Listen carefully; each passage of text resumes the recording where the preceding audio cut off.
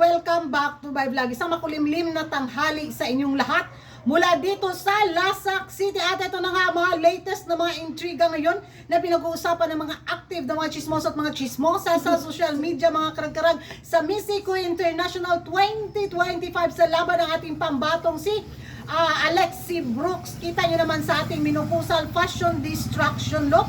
Pinaghandaan ko rin ito, simplihan lang to mga karag-karag, dili ko karaang burikat for today's chismis. Dahil ito na nga sa latest pasabog na ganap ni Alexi Brooks doon sa Pyramid of Egypt, na kung saan sa closed door interview mga karag-karag na namudmud na naman daw ng ayuda ang pins. Oh, yun yung nakikitaan nilang hanas for today's chismis, yung mga kapitbahay natin na ang ang mahiwagang dried mango daw ng pins. Pinamudmud at pinaayuda na naman daw sa mga judges sa Miss Eco International Organization para daw ma-secure yung placement ng pins sa Miss Eco International 2025.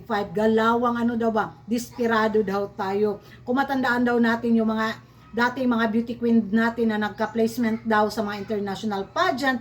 For example daw CJ na kung saan namigay at nagpaayuda daw ng mga pa-dried mangoes, ayun, naging first runner-up daw. So sa taon na daw to, asahan daw natin na ang pins ay secure na daw ang placement nito sa Miss Eco International 2025 dahil nagpakitang gilas na naman daw sa parigaro-regalo system sa pa-dried mango. Masakit yung bangs nila. Masakit yung mga vaga nila.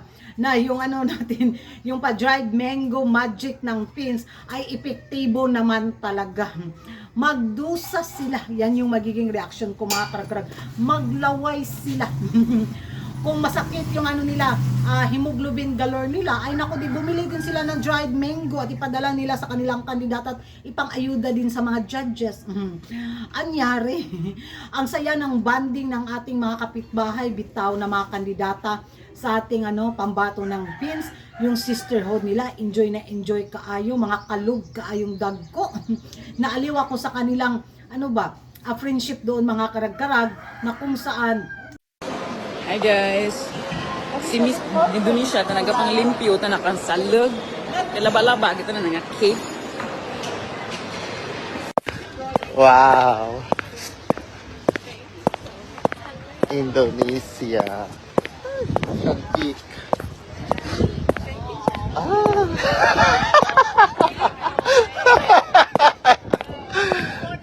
For the sleigh, of course. Makikita natin na happy sila. Pero yung mga nila, yung mga supporters nila, andito na naman sa paintriga sa pa-dried mango ng pins to secure the crown, to secure the placement, yung eksena nila. Aminin nila sa hindi, unsa man inyong haday. Katong easy. Kung naman daw 5 recipes. Oh, dayon. Easy. Oh. Tagis. O tagis. Unya na kadali lang ha. I-end lang nako niya. So, yung nila mga karag-karag is to secure the crown, to secure the placement. No need naman, di ba, na-secure. Dahil nakikita naman natin sa mga budlat, sa mga pikot na tong mga mata, yung naging performance ng mga kandidata natin. Hoy, mahagbong yung taong kadiha, kanaog!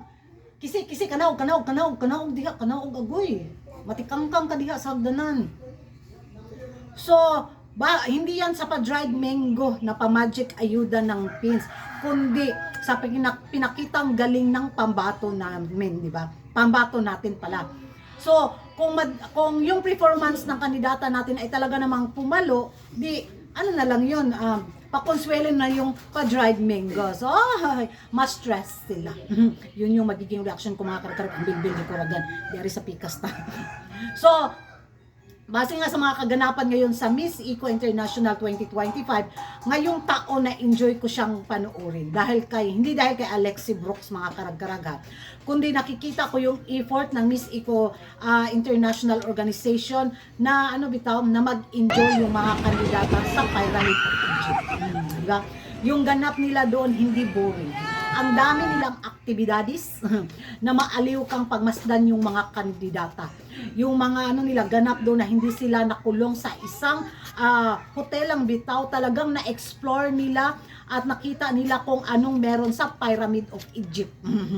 Binigyan nila ng ano ba, unforgettable experience yung mga kandidata bitaw sa Egypt na, oy, ito yung kultura namin, ito yung mga tourist spot namin, ito yung ano, kung ano ang meron sa Egypt. Yun yung maganda na pinakita ng Miss Eco International Organization.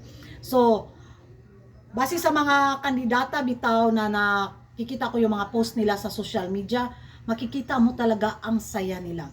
So, sana yung kasiyahan na to, tuloy-tuloy hanggang matapos, hanggang magsiuwian yung mga kandidata na wala mga pasabog na pa-kontrobersiya, mga pa-iskandal at mga pa-intriga after the pageant, diba? So, I'm so happy sa pinakitang galing ni pinakitang pakikisama ni Alexi Brooks sa kanyang mga kapwa kandidata.